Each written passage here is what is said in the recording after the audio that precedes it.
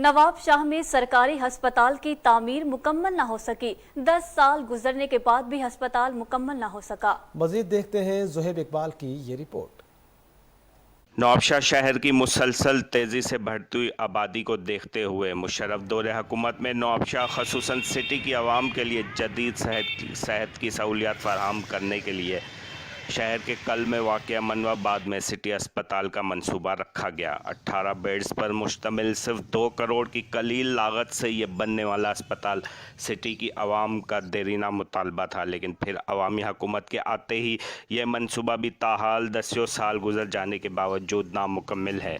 और अब ये जगह आवाम को सेहत के लिए फ़ायदा तो न दे पाई, लेकिन अब मंशात के आदी अफराद यहाँ पर आकर नशा करते हैं और न सिर्फ अपनी ज़िंदगी तबाह कर रहे हैं बल्कि इलाके में मंशियात आम होने लगी है।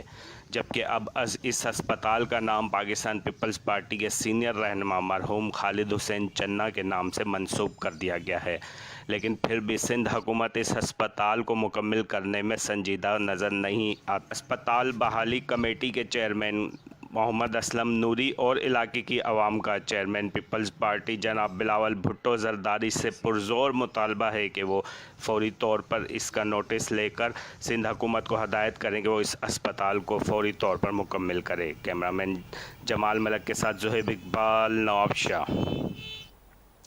उधर फैसलाबाद में शहरी पीने के साफ पानी की सहूलत से महरूम होने लगे हैं।